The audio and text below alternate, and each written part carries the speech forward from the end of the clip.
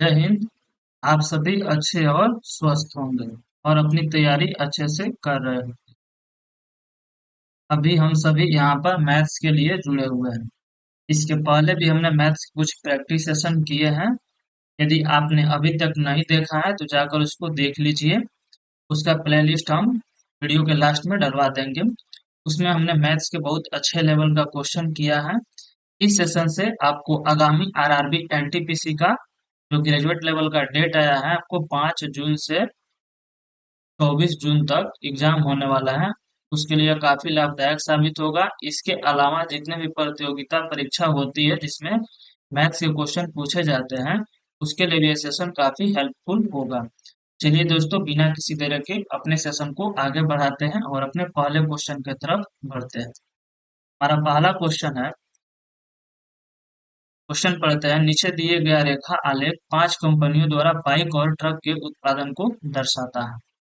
यहाँ पे जो 5 कंपनियां हैं जिसके बाइक और ट्रक के उत्पादन को दर्शाया गया है। क्वेश्चन इसमें बोला है कि निम्नलिखित में से कौन सा कथन सही नहीं है। यहाँ पे देखिए, क्वेश्चन बोला है कौन सा कथन सही नहीं है। जल्दबाजी नहीं करना है, क्वेश्चन को अच्छे से पढ़ के तभी सॉल्व करना है। सभी 5 कंपनियों द्वारा ट्रकों का कुल उत्पादन सभी 5 कंपनियों द्वारा बाइक के कुल उत्पादन का 201.50% है। आपको जब भी उत्पादन निकालना है तो सभी को तो ऐड करना पड़ेगा ना।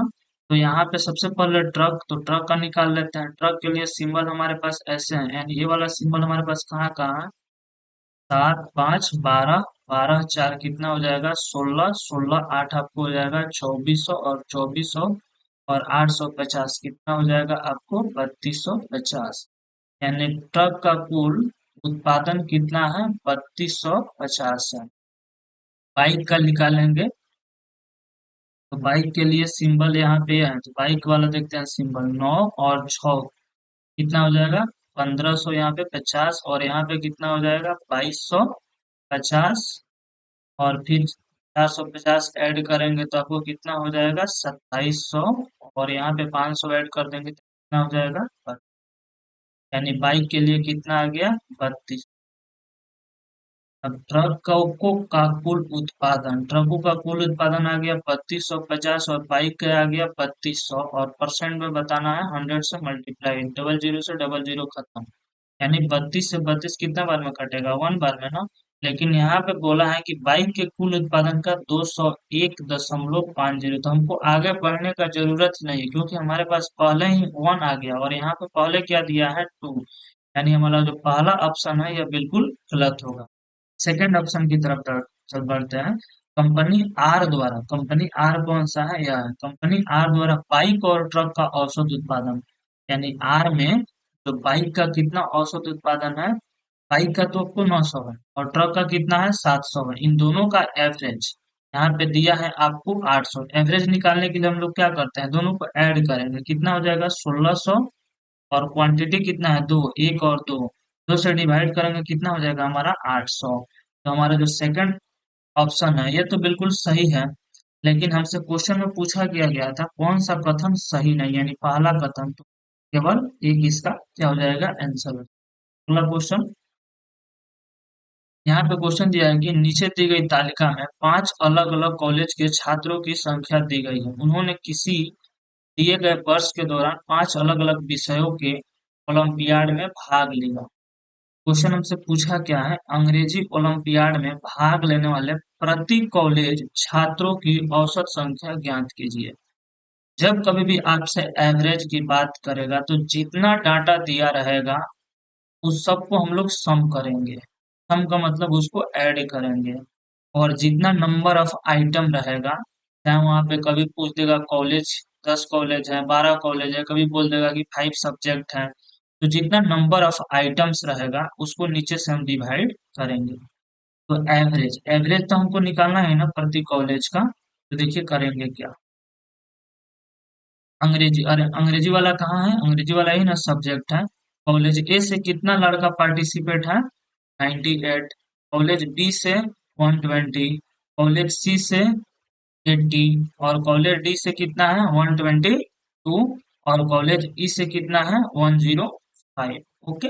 इन सबको हमको ऐड तो करना पड़ेगा, क्योंकि एवरेज निकालने के लिए तो सबको तो ऐड करना जरूरी है। तो देखिए, ऐड कीजिए सिंपल तरीके से। 120 और 80 कितना हो जाएगा? 200।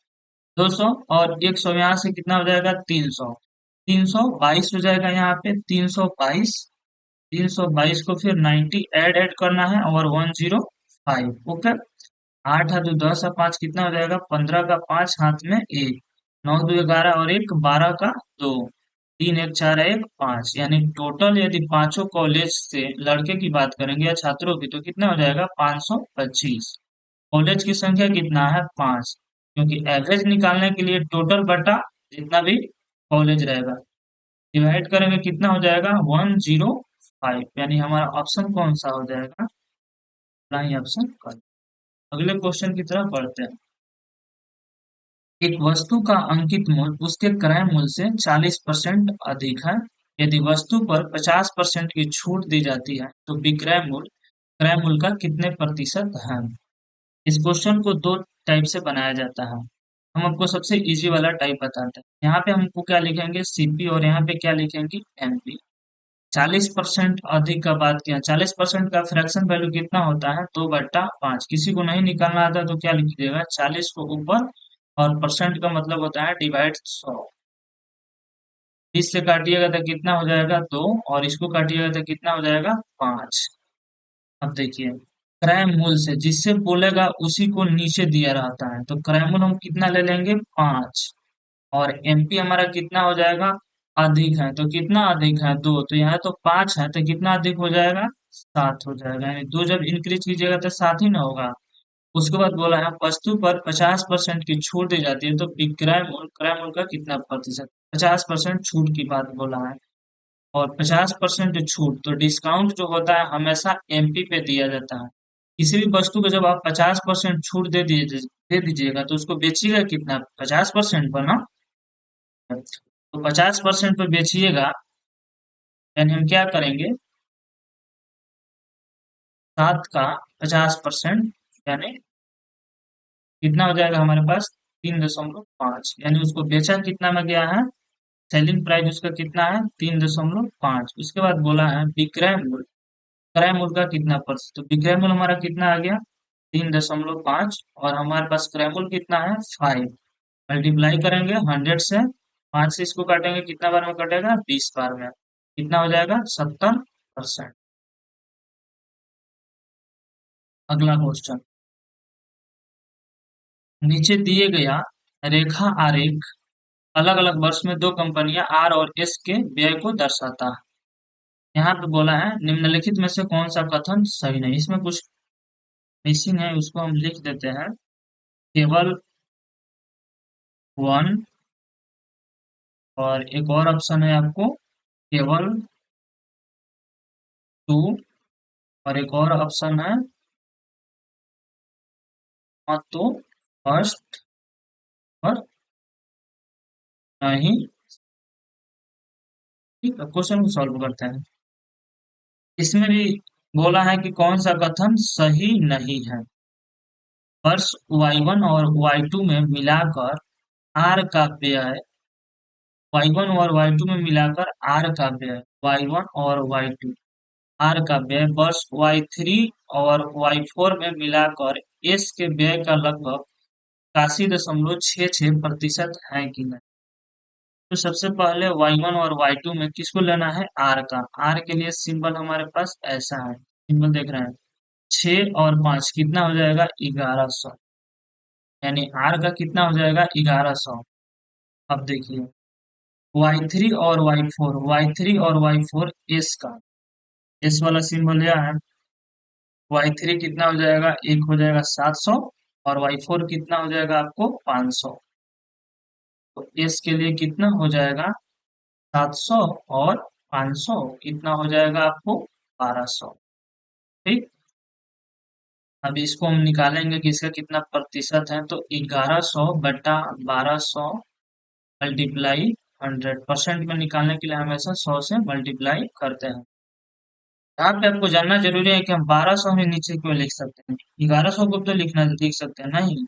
यहाँ पे बोला है Y3 और Y4 में मिलाकर एस के व्यय का, जिसके रिगार्डिंग पूछेगा उसी को हमको क्या करना है, नीचे लिखना है। तो यहाँ पे क्या हो जाएगा, 1100/12। जब इसको काटिएगा तो 110 है यहाँ पे ना, तो कितना हो जाएगा, 12 से 9 बार में कटेगा ना, क्योंकि 12 9 कितना होता है, 108 होता है। यानी हमको पहले ही ऑप्शन से था लग गया कि ये जो फर्स्ट वाला जो ऑप्शन है वो कैसा है, गलत है, क्योंकि यहाँ पे 8 दिया है। इसी से हमको पता चल गया कि यहाँ पे तो 9 आएगा, बट यहाँ पे कितना दिया है, 8, यानी मैंने पहला ऑप्शन क्या है, गलत है। दूसरे ऑप्शन की बात करेंगे, कंपनी एस का कुल व्यय कंपनी आर के कुल व्यय का लगभग 112.12% है। कंपनी एस का कुल यानी टोटल जितना आपको दिया है ना, यह इस टोटल की बात किया है, तो कंपनी एस में पहले टोटल को ऐड करेंगे, टोटल कितना है इसका, कंपनी एस एस वाला हमारा यही ना है, 12 और 9 कितना हो जाएगा आपको, 2100, और 2100 के बाद फिर यहाँ पे आ जाइएगा, क्योंकि एस वाला देखना है, 21 के साथ कितना हो जाएगा आपको, 2800, और 2800 के बाद आप यहाँ पे आ जाइए, कितना हो जाएगा, 2800 के बाद आप यहाँ पे आइएगा, 28 और 5, 8 5 13, 3300, और 3300 के बाद आप यहाँ पे आ जाइएगा, कितना हो जाएगा, 37। यानी हम यदि आपसे पूछे हैं कि एस का टोटल व्यय कितना है, 3700, यह हम ऑप्शन 2 के लिए ट्राई कर रहे हैं। ठीक, उसके बाद बोला है कंपनी आर के कुल व्यय, तो कंपनी आर यही ना है हमारे पास, तो आर वाला को भी ऐड करेंगे। 6 और 5 कितना हो जाएगा, 1100, और 1100 और 800 कितना हो जाएगा आपको, 1900, और 1900 के बाद जैसे ही आप यहाँ पे आइएगा तो कितना हो जाएगा, 2300, और 2300 के बाद यहाँ पे आइएगा तो कितना हो जाएगा, 3300। ठीक, तो यहाँ पे आर के लिए कितना आ गया, 3300। फिर इसमें आर के रिगार्डिंग पूछा है, तो आर को नीचे लिखेंगे। ऊपर हमारे पास कितना हो जाएगा, 3700/3300, और परसेंट में बताना है तो हमेशा 100 से मल्टीप्लाई करेंगे, डबल जीरो से डबल जीरो कैंसिल, 33 से एक बार में जाएगा, तो रिमाइंडर कितना बच जाएगा, 4, यानी 40, फिर एक बार में आएगा, फिर 33 कीजिएगा, कितना हो जाएगा, 7, और ये वाला कैंसिल हो जाएगा, ऊपर से जीरो हो जाएगा, 33 दूना कितना हो जाएगा, 66। यानी हम देख रहे हैं कि हमारा सेकंड ऑप्शन जो है वो आगे बढ़ रहा है, तो सही हो रहा है, 112 यहाँ पे भी है और 112 आ जाएगा, यानी पॉइंट पे जाएगा तो और भी आगे आ जाएगा। यानी जो सेकंड वाला जो ऑप्शन है वह बिल्कुल सही है। तो हमको सही वाला ऑप्शन नहीं बताना है, गलत वाले ऑप्शन को बताना है, क्योंकि यहाँ पे सही नहीं पूछा है, तो हमारा ऑप्शन कौन सा हो जाएगा, केवल 1।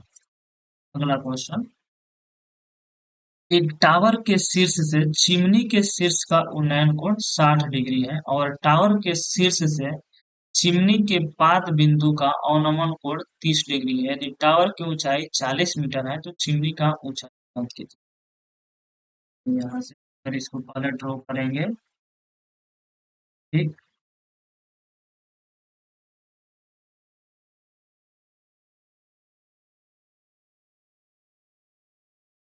यह हमारा कितना दिया है, 60 डिग्री, और ये वाला हमको कितना दिया है, 30 डिग्री।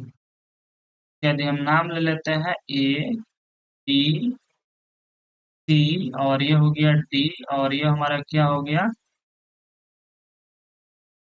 टावर के शीर्ष, ये जो हमारा टावर का शीर्ष है, इससे चिमनी का शीर्ष का उन्नयन कोण कितना है, 30 डिग्री है।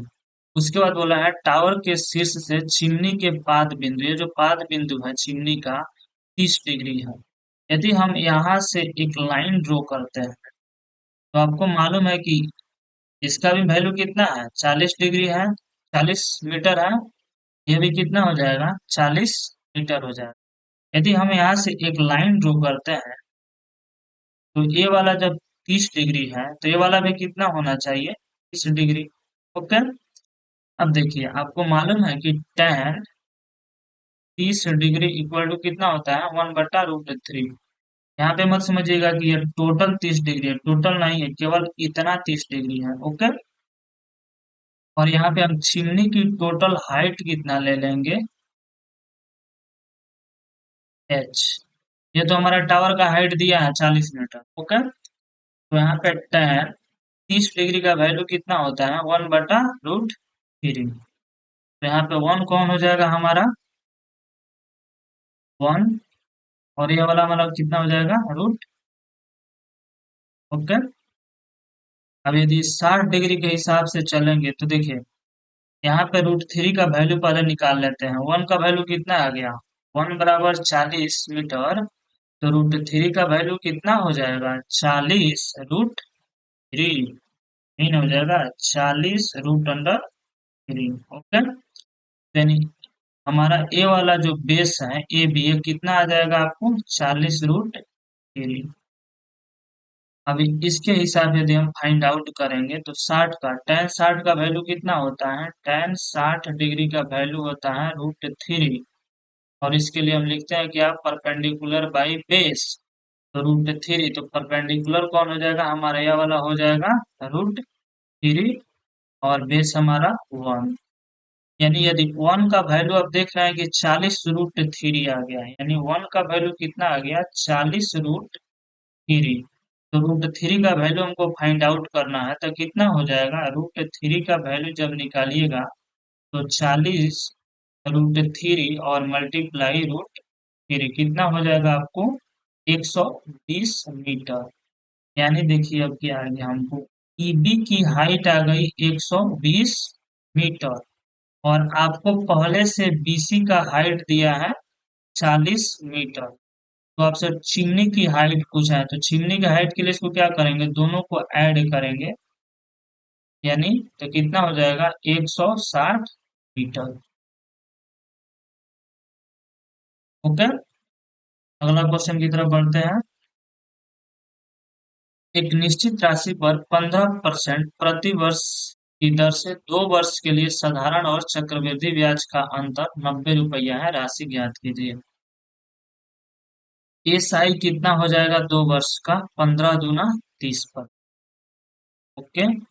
और सीआई कितना हो जाएगा आपको, 15 दूना 30 और प्लस 15 का स्क्वायर कीजिए, कितना हो जाएगा, 2.25 ठीक है। यानी इसको ऐसे करते हैं ना, 30 प्लस 15 गुना 15 और बटा 100। ये ना करते हैं, ना डायरेक्ट लिख दिया। कितना हो जाएगा, 30 प्लस 2.25 कितना आ जाएगा, 32.25। यानी 2 वर्ष का सी आई बोलेगा तो कितना हो जाएगा, 32.25। सी आई निकालने के लिए जो फॉर्मूला, आप ए बी फॉर्मूला यूज करते हैं, A+B+A गुना बी और बटा 100, यही होता है सी आई निकालने के लिए। तो आप ए बी फॉर्मूला को मदद से निकाल सकते हैं। इन दोनों का डिफरेंस दिया है आपके पास कितना, 90 रुपीज। ओके। यानी ए सही हमारे पास कितना है, 30% है, और सी आई हमारे पास 32.25 है। तो इसका डिफरेंस कितना हो जाएगा, 2.25। 90, 2.25 का वैल्यू कितना दिया है, 90।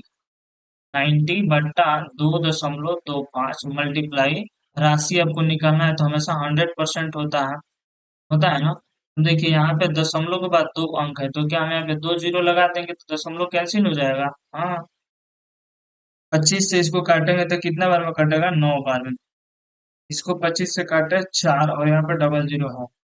9 से इसको काटेंगे तो कितना बार में कटा, 10 बार में। यानी अमाउंट कितना आ गया, प्रिंसिपल आपका कितना आ गया, तो राशि कितना हो जाएगा आपको, 4,000। ऑप्शन हमारा गौर हो सकता है।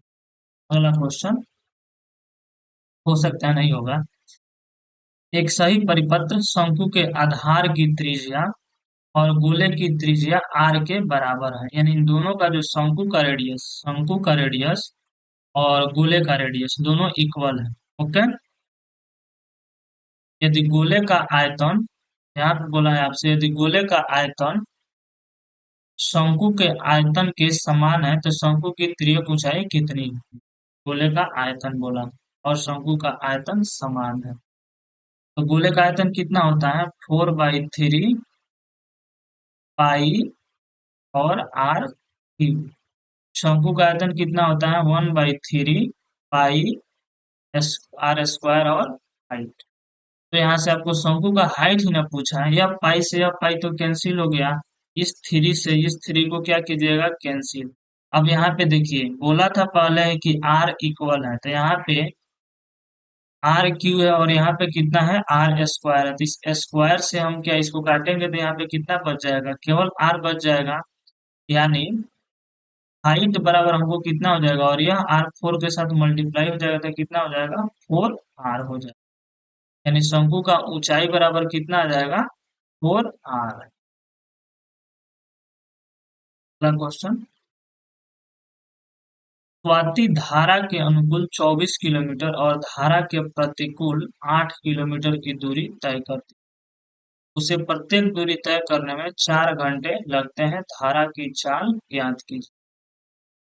ये धारा के अनुकूल यानी x plus Y equal to 24/4, क्योंकि यहाँ पे टोटल डिस्टेंस बटा यदि हम टाइम से डिवाइड करते हैं तो हमको क्या मिलता है, वेलोसिटी मिल जाता है ना। आपसे वेलोसिटी ना पूछा है, तो x प्लस वाई बराबर कितना आ जाएगा 6। अब धारा के प्रतिकूल यानी धारा के प्रतिकूल का मतलब है यदि जल इस साइड से बह रहा है तो वह इस साइड से उसके विपरीत तरीके से आ रही है। तो प्रतिकूल के लिए भी हम लोग क्या निकालेंगे, x minus Y equal to 24, यानी डिस्टेंस 24 है और टाइम कितना लग रहा है। धारा का प्रतिकूल इतना थोड़ी है, धारा का प्रतिकूल 8 लग रहा है, 8 किलोमीटर, और टाइम कितना लग रहा है 4 घंटा। तो x minus Y equal to कितना हो जाएगा 2 किलोमीटर पर घंटा, और इसका कितना आ जाएगा 6 किलोमीटर पर घंटा। आपसे पूछा क्या है, धारा की चाल पूछा है। धारा की चाल के लिए क्या निकाल कीजिएगा, x plus Y equal to आपके पास 6 किलोमीटर पर घंटा है और x minus Y equal to आपके पास 2 किलोमीटर पर घंटा है। यही ना है धारा की आपको चाल, धारा की चाल यही ना वाई होता है और यह उसकी चाल होती है, स्वाति की यह चाल होगी। तो इसमें करना क्या है हमको, या नाव की चाल या स्वाति की चाल बोल सकते हैं। तो वाई का वैल्यू निकालना है, तो ये माइनस में है तो इसको माइनस कर देंगे। 6 में से 2 जाएगा कितना हो जाएगा 4, और 2 से डिवाइड कर देंगे कितना आ जाएगा 2 किलोमीटर पर। अगला क्वेश्चन, एक आयताकार भूखंड की लंबाई और चौड़ाई का अनुपात 5:3 है। उसकी लंबाई 65 मीटर है। फाटक के लिए 3 मीटर का अंतर छोड़ते हुए 90 रुपए प्रति मीटर की दर से भूखंड की बाढ़ लगाने का लागत ज्ञात। ये देखिए ये वाला हमारा क्या हो जाएगा आयत हो जाएगा। ठीक है?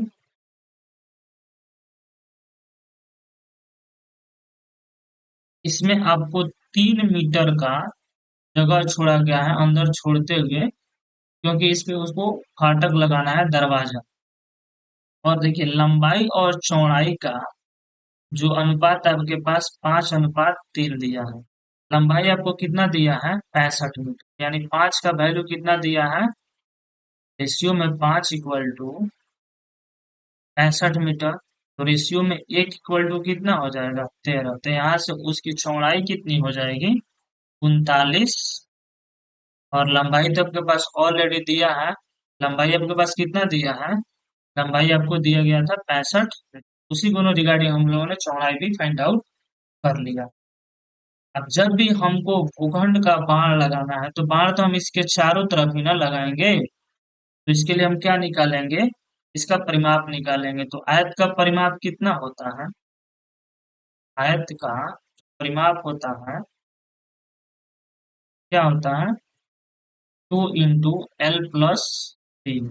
तो 2, और लंबाई और चौड़ाई कितना दिया है, लंबाई तो है आपके पास 65 और चौड़ाई कितना है,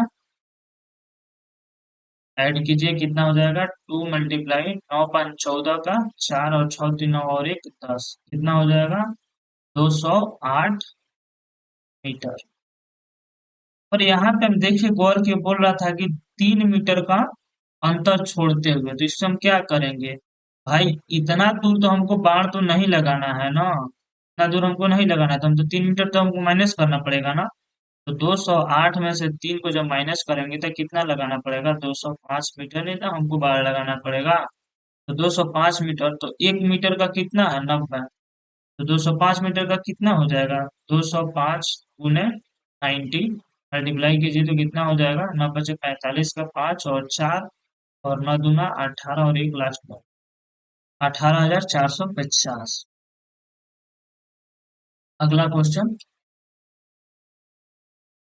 मॉरिस भोजन पर अपनी आय का 25% खर्च करता है।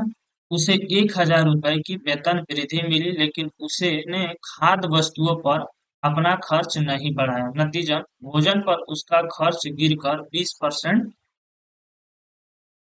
बोला है कि मॉरिस जो है अपने भोजन पर अपनी आय का 25% खर्च करता है। 25% का फ्रैक्शन वैल्यू कितना होता है, 1/4। यहाँ पे हम उसका इनकम की बात करेंगे और यहाँ पे उसकी एक्सपेंडिचर और यहाँ पे उसकी सेल। 4 रुपया कमाता, 1 रुपया खर्च किया भोजन पे, तो उसके पास बचा कितना रुपया, 3। ठीक। बोला है कि 1,000 रुपए वेतन की वृद्धि हुई, इसके जो ये वेतन है इसमें 1,000 रुपया इंक्रीज हो गया। ओके। फिर भी उसने अपना खर्च को नहीं बढ़ाया, यानी बढ़ते हुए वेतन के अपेक्षा में उसका खर्च कितना है, 20% है। तो यानी वो खर्च को 1 रुपया भी नहीं बढ़ाया है। बोला यदि खर्च पहले तुम एक करता था तो अभी भी अपने न्यू वेतन के रिगार्डिंग तुम 1 रुपया ही खर्च करेगा। तो 20% जो न्यू वेतन का वो खर्च कर रहा है, तो 20% का यदि हम फ्रैक्शन वैल्यू लेंगे 1/5, देख रहे हैं एक आ रहा है ना। तो यहाँ पे इनकम ऑफ उसका कितना हो जाएगा, 5, और वो खर्च कितना कर रहा है, एक ही। फिर भी 5 का एक ही हिस्सा खर्च किया, बचा उसका कितना पास हिस्सा, 4। अब देखिए यहाँ पे बोला था कि 1,000 रुपया का वेतन वृद्धि, तो पहले तो 4 रुपया था, अब कितना है, 5 रुपया, यानी रेशियो में एक बढ़ा। रुपया कितना है, 1,000। यहाँ से उसकी प्रारंभिक आय आपसे पूछा है, तो प्रारंभिक आय कितना है, 4 है। 4 के लिए क्या करेंगे, जब एक का वैल्यू 1,000 है तो 4 के लिए 1,000 से मल्टीप्लाई करेंगे तो कितना हो जाएगा, 4,000। यानी उसका पहले का वेतन कितना है, 4,000। अगले क्वेश्चन की तरफ बढ़ते हैं। 20 मीटर लंबे एवं 10 मीटर चौड़े बगीचे में 2 डेसीमीटर गुने 4 डेसीमीटर के पत्थर लगाने, पत्थर कितने पत्थरों की आवश्यकता होगी। कोई खास नहीं है, इसमें डेसीमीटर दे दिया है तो आप उससे कंफ्यूज नहीं हो जाएगा, क्योंकि 10 डेसीमीटर 10 सेंटीमीटर इक्वल टू होता है आपको 1 डेसी डीएम लिख सकते हैं। डेसीमीटर को डीएम लिख दीजिए, डेसीमीटर। तो यहाँ पे देखिए सबको सेंटीमीटर में तो चेंज कर लीजिए, इसको सेंटीमीटर में चेंज करेंगे तो कितना हो जाएगा, 20 गुने 100 से मल्टीप्लाई कर देंगे तो कितना हो जाएगा, 2,000 सेंटीमीटर लंबाई हो जाएगा। और इसको भी चेंज करेंगे तो कितना हो जाएगा, 10 गुने 100, यानी कितना हो जाएगा यह, 1,000 आपको सेंटीमीटर। ये क्या हो जाएगा, चौड़ाई को 20 से और लंबाई को एल से डिनोट कर लेते हैं।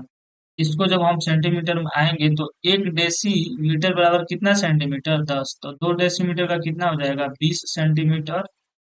और 4 का कितना हो जाएगा, 40 सेंटीमीटर।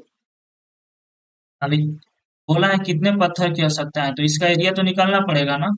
तो एरिया के लिए क्या करते हैं, लंबाई गुना चौड़ाई, यही ना करते हैं। और इसका लंबाई चौड़ाई कितना है, 20 गुना 40, सब सेंटीमीटर में हो गया है। इसका कितना लंबाई है, 2,000 मल्टीप्लाई चौड़ाई कितना है, 1,000 बटा 20 गुने 40। यहाँ से भी काट सकते हैं आप। 40 से इसको काटिएगा तो कितना बार में कटेगा, 50 बार में। और इसको काटिएगा 20 से तो ये कितना बार में कटेगा, 50 बार में। मल्टीप्लाई कर दीजिएगा तो कितना हो जाएगा, 2,500। यानी पत्थर की कितनी आवश्यकता होगी, 2,500।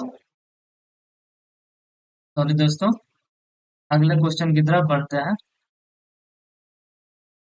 यहाँ पे बोला है कि 5 वर्ष पहले पिता की आयु रोहन की आयु से 8 गुने थी। एक 5 वर्ष पश्चात पिता की आयु और रोहन की आयु का अनुपात 10:3 होगा, तो रोहन की वर्तमान आयु क्या है, समझना है यहाँ पे। यह तो उसका फादर है और ये उसका क्या है, सन है। ठीक। यहाँ पे बोला है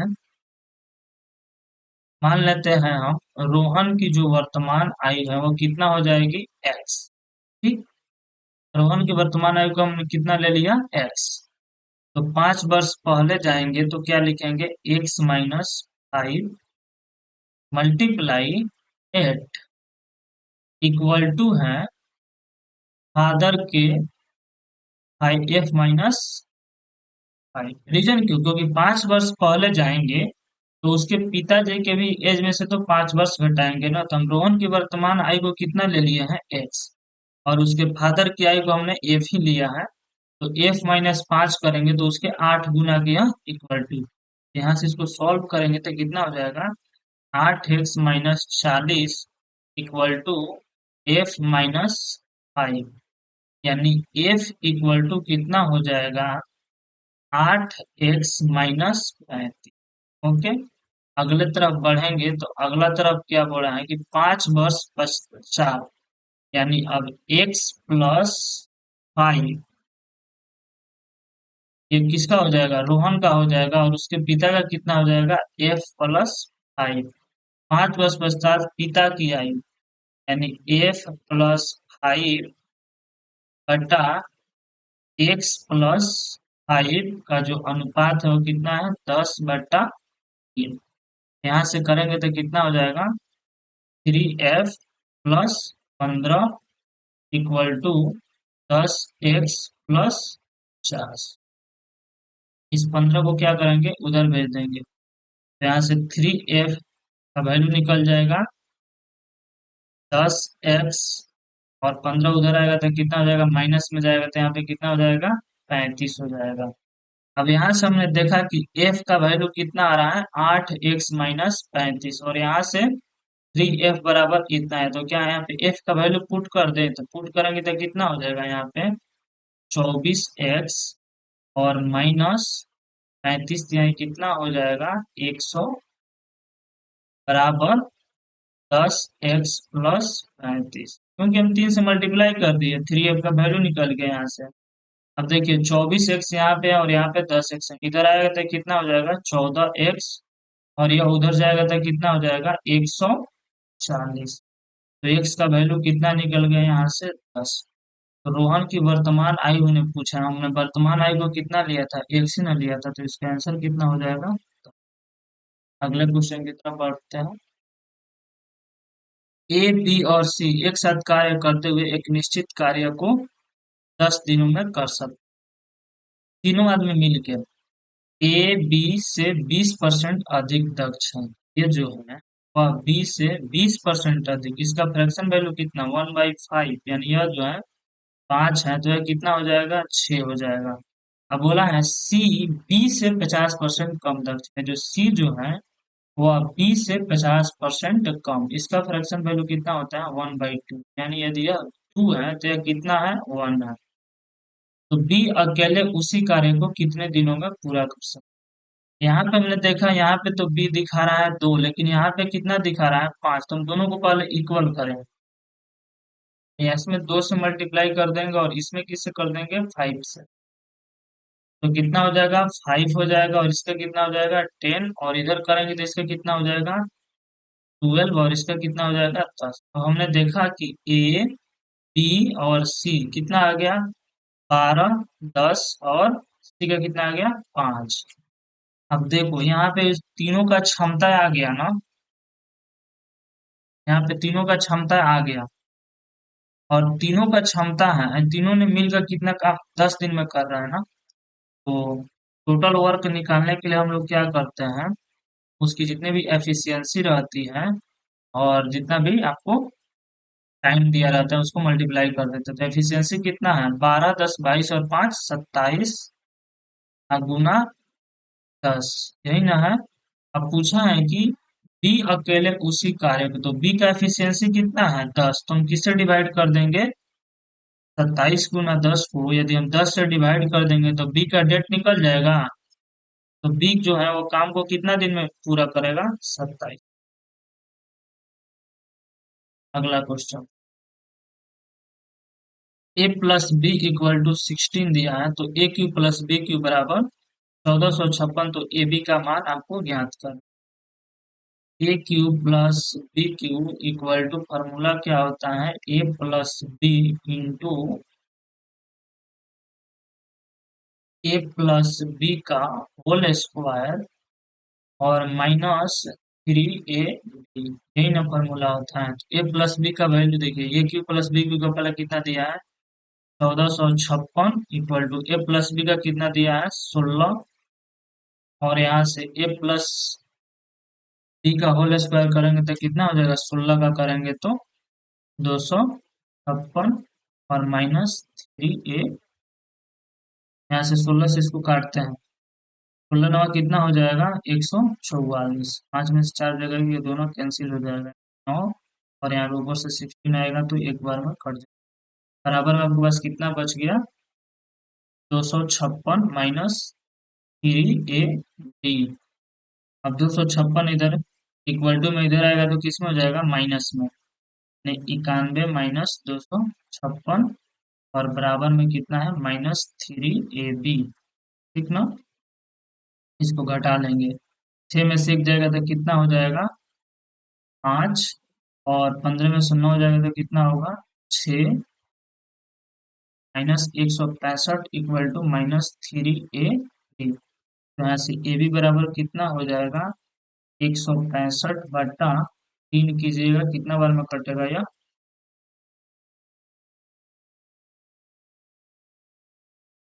इतना आराम से पढ़ाने का मतलब यह नहीं कि हम बता रहे हैं, हम चाहेंगे तो क्वेश्चन को 10 सेकंड में भी उड़ा सकते हैं, बट आपको समझ में आना चाहिए कि किस तरीके से क्वेश्चन बन रहा है।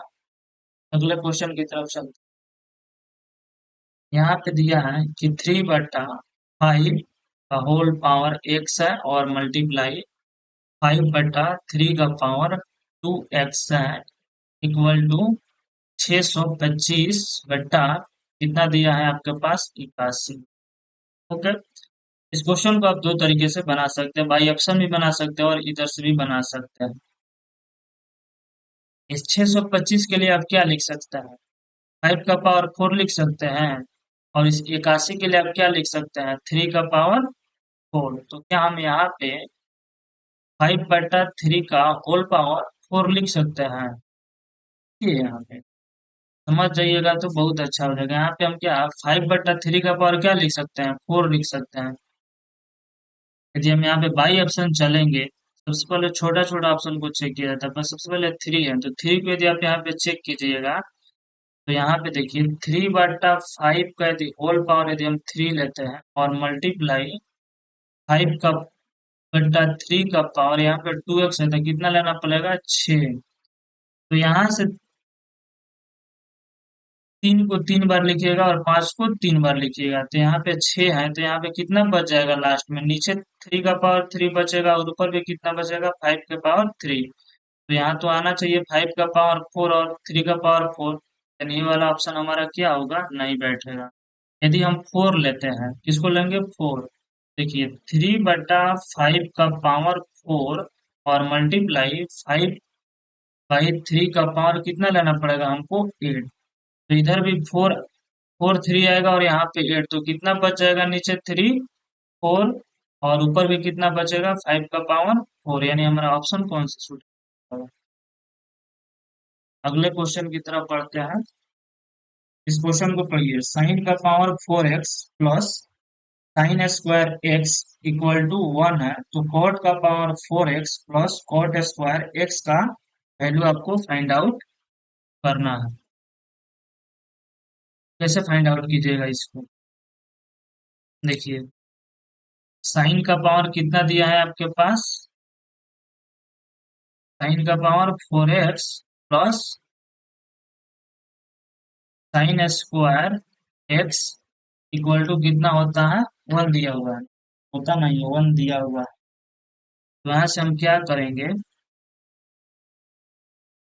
साइन का power 4x equal to 1 minus sine square X करेंगे। यहाँ से क्या जाए आपको साइन का power 4x equal to cos square, okay, कोई दिक्कत तो नहीं है, नहीं होना भी नहीं चाहिए। इसको हम लोग क्या लिख सकते हैं sine square X into sine square X बराबर कॉस स्क्वायर एक्स। इधर से हम साइन स्क्वायर एक्स का वैल्यू निकाल सकते हैं आसानी से। तो sine square X equal to कितना हो जाएगा, कॉस स्क्वायर एक्स बटा साइन स्क्वायर एक्स। तो साइन स्क्वायर जो एक्स इक्वल टू कितना आ जाएगा आपको, कॉट स्क्वायर एक्स, यही ना आया। वहां पे हमको जो दिया है अब वहां पे भी चलता है। आ गया भाई, हाँ, कॉट का पावर 4x, इसको लिखता है कॉट का power 4x plus cot square X, यही ना है। तो यहाँ पे देखेंगे कॉट का पावर 4x, कॉट का पावर 4x और कॉट का पावर 2x, तो कॉट का पावर 2x का वैल्यू कितना आ गया आपके पास, साइन स्क्वायर एक्स आ गया। अब आपको किसका वैल्यू निकालना है, कॉट का पावर 4x का। ठीक, तो कॉट का यदि हम स्क्वायर करेंगे तो कितना हो जाएगा, कॉट का पावर 4x, तो इसको भी तो स्क्वायर करना पड़ेगा, तो भी कितना हो जाएगा, साइन का पावर 4x। इसका वैल्यू कितना आ जाएगा, साइन का पावर 4x। ऐड करेंगे तो कितना हो जाएगा, देखिए सेम टू सेम क्वेश्चन है, आ गया, तो हमारा कौन सा ऑप्शन हो जाएगा। और अगला क्वेश्चन की तरफ बढ़ते हैं। निम्नलिखित वितरण की लुप्त आवृत्ति ज्ञात कीजिए जिसका माध्य जो है वो निर्धारित। यानी यहाँ पे जो माध्य का फॉर्मूला लगता है वो क्या लगता है, माध्य इक्वल टू सिग्मा F1 और X1 बटा क्या होता है, सिग्मा, यही ना होता है। तो F1 और X1 निकालने के लिए हमें सबको गुना करना पड़ेगा, तो कितना हो जाएगा, 3×6 = 18 plus 8×5 = 40 plus 15×7 = 105 plus 9p plus 11×8 कितना हो जाएगा, 88, और 13×4 कितना हो जाएगा, 52। और F1 के लिए हम क्या करेंगे, सबको ऐड करेंगे, F1 वाला 6×8 = 14, 14×15 कितना हो जाएगा, 29, और 29 और 8 कितना हो जाएगा, 37×4 = 41, और एक कितना है हमारे पास P, और इसका माध्य दिया कितना है आपके पास, यही ना दिया है। जोड़ते हैं ऊपर वाले, 2×8 कितना हो जाएगा, 10, 10×5 = 15, 15, 8 कितना हो जाएगा, 23, 23 का कितना हो जाएगा, 3 बचा 2, 2 और 5 7, 7 8 15, 15, 15×4 19, 19, 19 है कितना हो जाएगा, 20, 20 का 0 बचा 2, 2 और 1 कितना हो जाएगा, 3, 303 प्लस 9p बटा यहाँ पे है 41 प्लस p इक्वल टू कितना है, 8, 8 से मल्टीप्लाई होगा ना, कितना हो जाएगा, 8×8 और 8×4 = 32, 328 प्लस 8p बराबर 303 प्लस 9p। इसको इधर लाएंगे तो कितना हो जाएगा, यह 25 आ जाएगा, और 8p उधर जाएगा तो कितना हो जाएगा, p, यानी p का वैल्यू कितना आ गया, 25। अगला क्वेश्चन, प्रथम 40 समप्राकृत संख्याओं का औसत ज्ञात कीजिए। यहाँ से हम आपको 3 टाइप क्वेश्चन बताएंगे कि 3 टाइप से इसमें कैसे कैसे क्वेश्चन आता है। देखिए, सबसे पहले आपको हम बता रहे हैं, यदि आपसे पूछेगा प्रथम n प्राकृत संख्या का एवरेज आपसे पूछ, तो उसके लिए आपको क्या करना है, n+1/2। ठीक, दूसरी बता, यदि आपसे प्रथम n सम संख्या का एवरेज पूछेगा, उसके लिए आप क्या कीजिएगा, n+1, यही हो गया। तीसरी आपसे क्या पूछे, प्रथम n विषम संख्या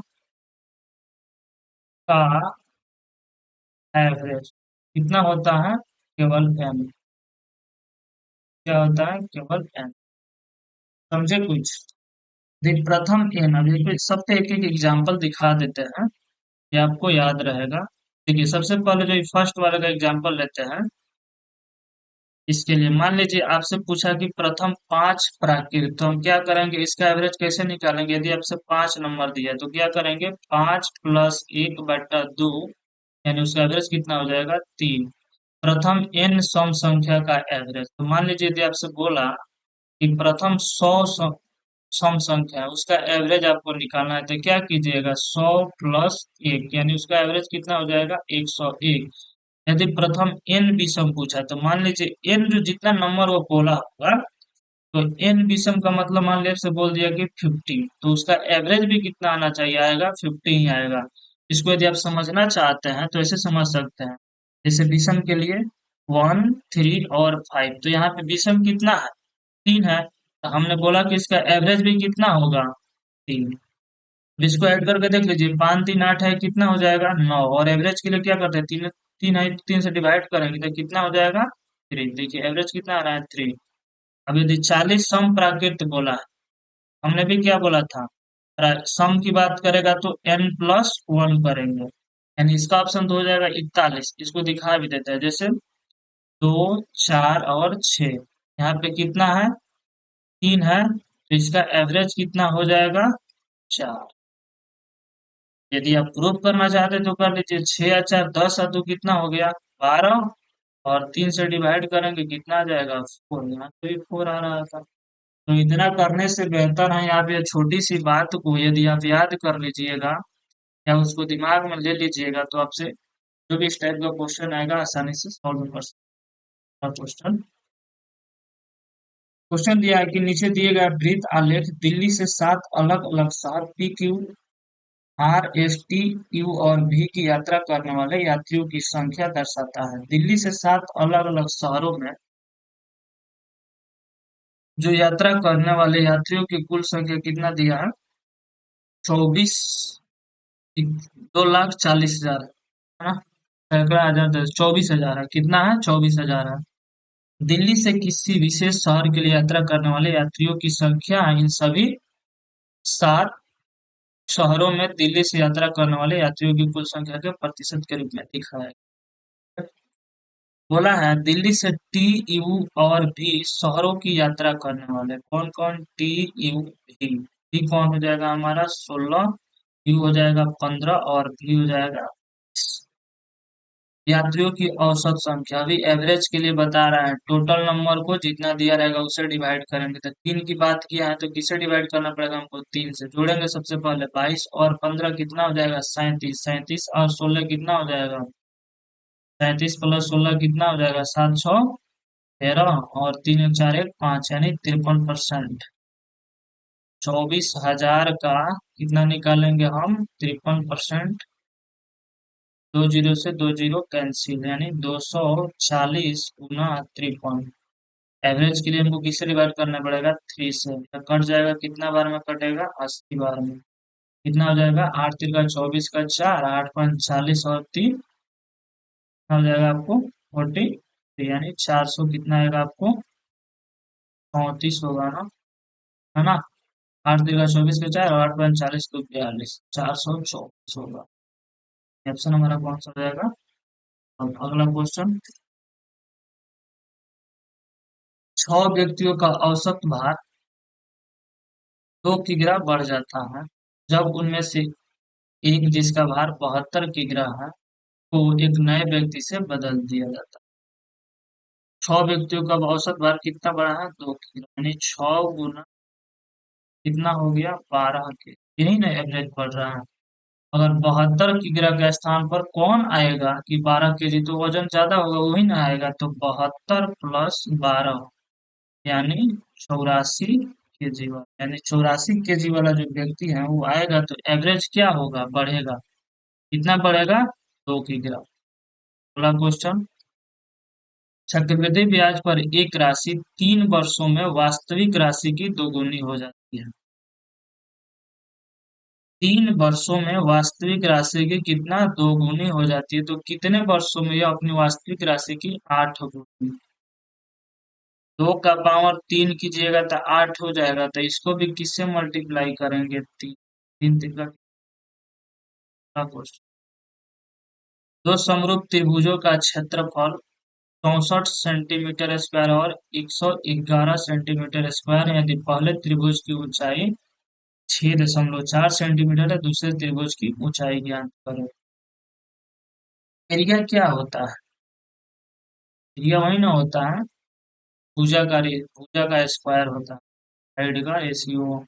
साइड की जगह पर आपको ऊंचाई भी दे सकता है, इसका क्या होता है? स्क्वायर नहीं होता। तो यहाँ पे एक एरिया दिया है 64 और एक दिया है 121।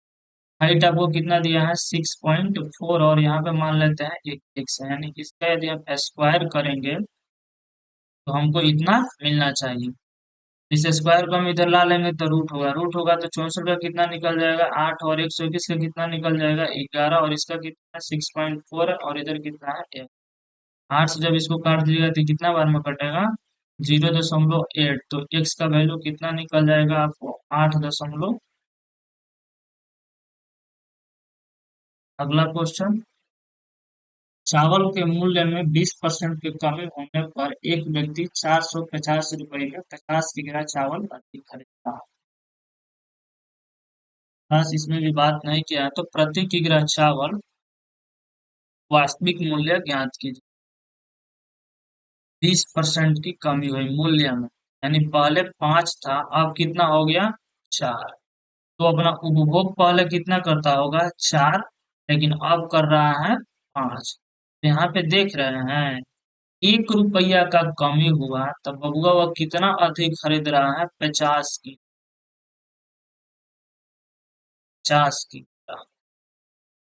ठीक। यानी वो पहले कितना खरीदता था? उपभोगे में आएंगे तो पहले कीनता था 200, अब किन रहा है कितना? 250। यही ना बात हुआ। तो पूछा है कि प्रति किग्रा चावल का वास्तविक मूल्य। तो वास्तविक में वो पहले 200 केजी खरीदता था, अब कितना खरीद रहा है? 250। रुपया कितना था उसके पास? 450 ही ना था। अब 450 में जब 200 केजी खरीदेगा, इसको हमको जब प्रति किग्रा निकालना है तो क्या करेंगे? डिवाइड ही करेंगे ना। डिवाइड कर लेते हैं। 20 से काटेंगे तो कितना बार में कटेगा? 20 दूना 40, और फिर यहाँ पे कितना हो जाएगा? 50। फिर 20 से काटेंगे तो 20 दूना 40, और यहाँ पे 100 हो जाएगा, तो 20 बचे 100, यानी 2 दशमलव। अगला क्वेश्चन। सुबह 7 बजे 3 घंटी एक साथ बजती है। ठीक। पहली घंटी हर 1 घंटे के बाद, दूसरी घंटी हर 2 घंटे के बाद, और तीसरी घंटी हर 4 घंटे के बाद बजती है, तो वह किस समय एक साथ बजेगी? इस टाइप का क्वेश्चन आता है तो इसको क्या करते हैं? एलसीएम लेते हैं। 1, 2 और 4, इसका एलसीएम कितना हो जाएगा? तो उसे डिवाइड कीजिएगा ना, तो वन वन हो जाएगा, इसको भी 2 हो जाएगा, यानी कितना हो जाएगा? 4। यानी 4 घंटे बाद जो घंटी वो फिर से एक साथ बजेगी। तो सुबह का कितना बजे बज रही है? 7 बजे, तो बजेगी कब? अब 4 ऐड कर देंगे, कितना बजे? 11। अगला क्वेश्चन। एक ट्रेन एक स्टेशन प्लेटफॉर्म को 36 सेकंड में पार करती है और प्लेटफॉर्म पर खड़े व्यक्ति को 20 सेकंड में पार करती है। जब भी ट्रेन प्लेटफॉर्म को पार करेगी तो वह अपनी डिस्टेंस, ट्रेन के डिस्टेंस और प्लेटफॉर्म दोनों के डिस्टेंस को एक साथ पार करेगी। तो इसको कितने देर में पार किए हैं? 36 सेकंड में। ठीक। और जब भी खड़े किसी व्यक्ति को पार करेगी तो खुद के डिस्टेंस को ही तो पार करती है। यदि ट्रेन की चाल जो है वो 54 किलोमीटर पर घंटा है, तो आपको प्लेटफॉर्म की लंबाई आपसे पूछा है। तो सबसे पहले जब सेकंड में दिया है तो इसको भी तो मीटर पर सेकंड में चेंज कर लेंगे ना, यानी 54 गुने 5/18 करेंगे, कितना हो जाएगा? 18 से इसको काटिएगा 3 बार में, यानी कितना हो जाएगा? 15 मीटर पर सेकंड।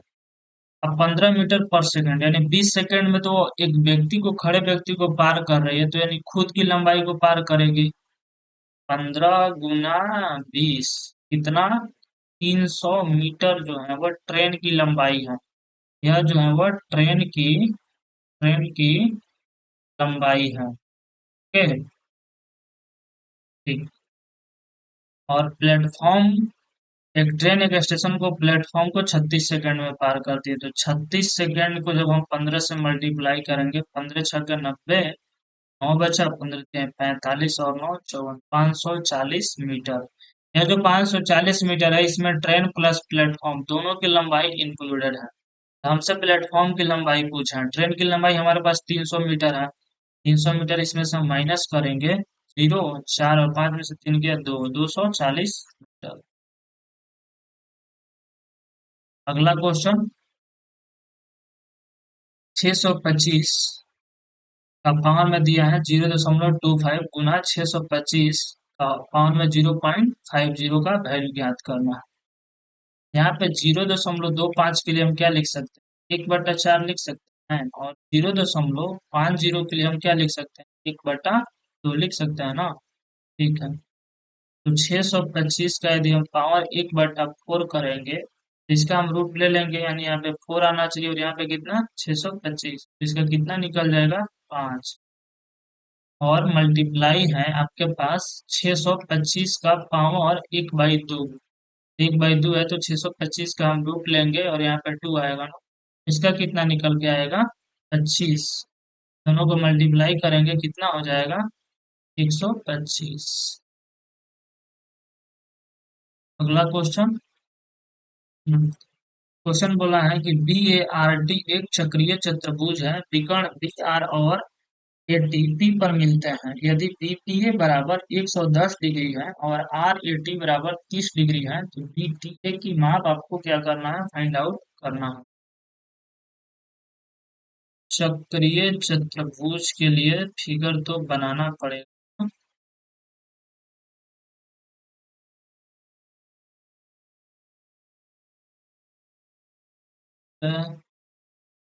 ई ए आर और टी, ये चक्रीय चतुर्भुज है। बी आर, यानी ये बी आर और ये टी, इधर से जाएंगे यहाँ पे और इधर से जाएंगे यहाँ, दोनों किस पे मिल रहे हैं, पी पे। बोला है B P A, B P और ए, ये वाला हमारे पास कितना दिया है 110 degree. R A T, R A और टी, ये वाला हमारे पास कितना दे दिया है 30 डिग्री। आपसे निकालना कौन है, बी टी और ए, यानी ये वाला जो एंगल हमको क्या करना है, फाइंड आउट करना है। तो आपको मालूम होना चाहिए, यदि एक जो है रेखा, इस पे टोटल जो एंगल होता है वह कितना होता है 180 डिग्री। तो यहाँ पे देखिए, ये भी तो एक स्ट्रेट लाइन ही ना दिख रहा है आपको, तो यहाँ पे जब इतना 110 डिग्री है, तो ये वाला कितना हो जाएगा 70 डिग्री हो जाएगा। बिल्कुल बारीकी से समझना है, कितना हो जाएगा 70 डिग्री। ओके, अब यहाँ पे आते हैं, ये वाला हमारा कितना हो गया 70 डिग्री। ठीक, समझेंगे। ये वाला जब हमारा कितना हो गया 70 डिग्री, और इसके हिसाब से क्योंकि परिधि पर जो एंगल बनता है, ये वाला जो परिधि पर जो एंगल बना है 30 डिग्री, तो ये वाला भी एंगल कितना बनेगा 30 डिग्री ना होता है। ठीक, तो यहाँ पे हमको किसका वैल्यू निकालना है, इसका, बी टी और ए का। ए ब्रो, यहाँ पे टी आर से यह जो एंगल बना है परिधि पर, और फिर यहीं से ना एक परिधि पर बना है, तो परिधि पर एक ही दो ही बिंदु से परिधि पर जब भी एंगल बनता है तो दोनों इक्वल होता है। यहाँ पे 30 है, तो ये वाला भी कितना होगा 30, देखिए इसमें कोर्स है, यहाँ से आप एक एंगल ई बन रहा है, और यहाँ से यह एंगल इधर बन रहा है, तो फिर इसी से ना एक एंगल, और इसी से फिर ये वाला एंगल, यानी 30 डिग्री यह हो जाएगा, और ये तो स्ट्रेट लाइन वाला है तो 70 हो जाएगा। तो इसको निकालने के लिए आप क्या कीजिएगा, 180 माइनस 30 प्लस 70, यानी कितना हो जाएगा 180 माइनस 70 और 30 कितना हो जाएगा आपको, एक 70 और 30 कितना हो जाएगा 100, तो कितना निकल के आ जाएगा 80 डिग्री। नहीं समझे, समझाएगा आपको, देखिए देखिए, आपको बताते हैं, यहाँ से लेजर पॉइंट लेते हैं, ये यहाँ से ई वाला जो आपको है, देखिएगा मेरे जो लेजर पे देखिएगा कि आर से हमने गए ए पर, ओके, और यहाँ हमने टी से भी गए ए पर। यह दोनों आपको लाइन तो दिख रहा होगा। इसका एंगल हमारे पास कितना दिया है, 30 डिग्री दिया है ना। अब देखिए यही टी से हम फिर कहाँ गए हैं बी पर, और फिर यही आर से हम कहाँ गए हैं बी पे। तो दोनों परिधि पे एक ही बिंदु से ना कोण बन रहा है, यही टी और आर से ना। तो जब यदि यह 30 होगा तो यह तो 30 होना चाहिए। फिर एक हमको बताया कि सरल रेखा पे कितना डिग्री एंगल होता है, 180। तो यहाँ पे जब बीच वाला हमको 110 दे दिया है, तो ये वाला हमारा कितना होना चाहिए, 70। अब त्रिभुज के तीनों कोणों का योग कितना होता है, 180 डिग्री। तो 70 और 30 कितना हो जाएगा, 100, और 100 180 में से जब 100 को माइनस करेंगे तो कितना हो जाएगा, 80 डिग्री। उम्मीद करते हैं अब तो आपको दिक्कत नहीं होगा।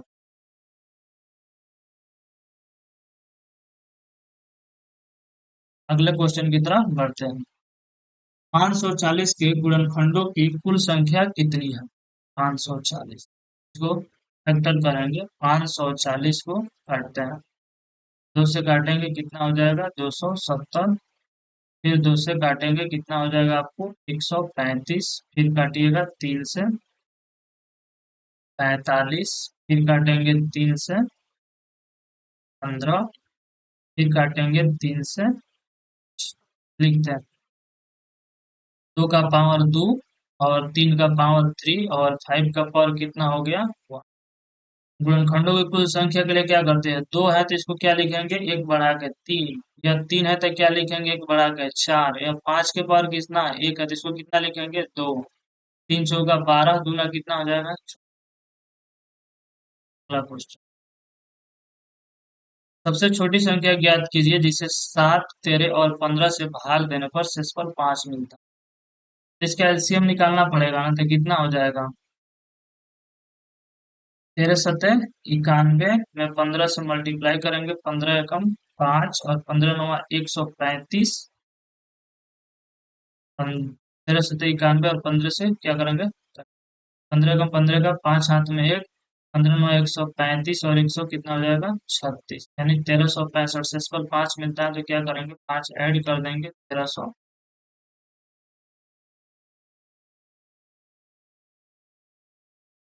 अगला क्वेश्चन की तरफ बढ़ते हैं।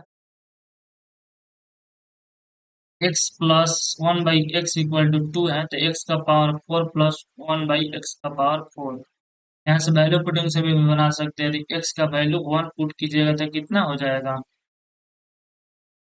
1 प्लस 1/1 इक्वल टू 2 आ जाएगा। तो यहाँ पे पुट करेंगे तो कितना हो जाएगा, 1 प्लस 1/1, यानी क्या आ जाएगा। तो यहाँ पे आपको बता देते हैं कि x plus 1/x equal to, यदि k दिया है और आपसे पूछ दिया है x माइनस 1/x, क्या करना है, k स्क्वायर और -4, यहाँ पे क्या ले लेंगे। यदि आपसे बोला है कि x minus 1/x equal to के दिया है, x प्लस 1/x निकालना होगा, तो के square plus 4।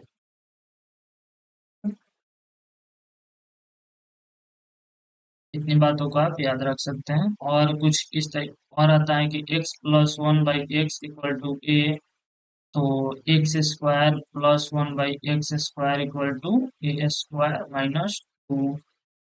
X minus 1/x equal to A दिया रहेगा, तो उसके लिए क्या लिख सकते हैं, x square plus 1/x square equal to A square plus.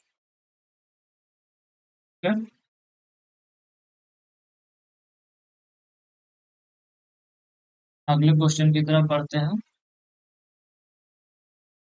यहीं पे हमारी क्वेश्चन जो होती है वो एंड होती है। यदि हमारा यह सेशन आपको अच्छा लगेगा, वीडियो को लाइक कीजिए एंड चैनल को सब्सक्राइब कीजिए, और अपने दोस्तों के पास इसको शेयर कीजिए। हमारी ये जो सेशन चल रही है वो आरआरबी, एनटीपीसी एंड अन्य जितने भी प्रतियोगी परीक्षा है जिसमें मैथ्स का क्वेश्चन पूछा जाता है, उसके लिए यह काफी लाभदायक साबित होगी। आप इस सेशन को मिस मत कीजिए। क्योंकि आपको एग्जाम में बहुत ही ज्यादा हेल्पफुल करने वाली वीडियो है। चलिए दोस्तों, मिलते हैं अपने अगले नेक्स्ट वीडियो में। प्रैक्टिस सेशन मैथ को लेकर आएंगे, फिर हम कल एक नई नई वीडियो और उसमें बहुत से अच्छे अच्छे प्रश्न मिलेंगे। जय हिंद दोस्तों।